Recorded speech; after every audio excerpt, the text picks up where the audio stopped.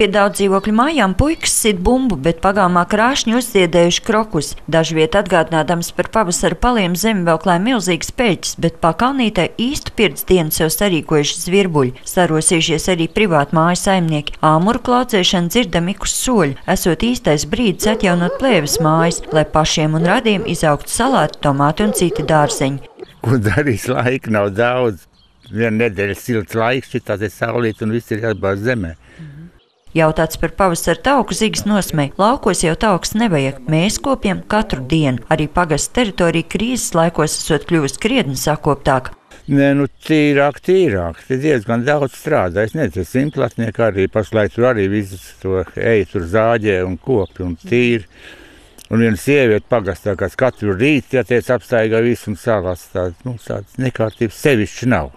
Un kā ne, privātu māju rajonā ir pat pašiem savs turisma objekts. Pils, no kuras uz apkārtējiem noraugās šā gada simbols tīģeris. Par to, lai acīm būtu par ko priecāties, parūpējies Smaidu māju saimnieks. Šodien viņš tāpat kā apkārtējie kaimiņi rosās ap siltumnīcu, bet labprāt izrāda arī savu Maukas pili, kurā ir veseli 3 stāvi ar dažādām istabām un lodziņiem. No viena loga varot palūrēt, ko kaimiņš dara, bet no otra redzēt, kas notiek pašas cētā.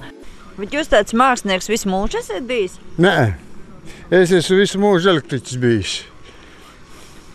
Un kā tad radās ideja? Mēs tak braucām ekskursijā Pāvilos, arī bijām. Tur tā ideja radās. Un malciņa vajag. Un pie vienu, un galvenais ir mazmeitām, kur ir nodarboties.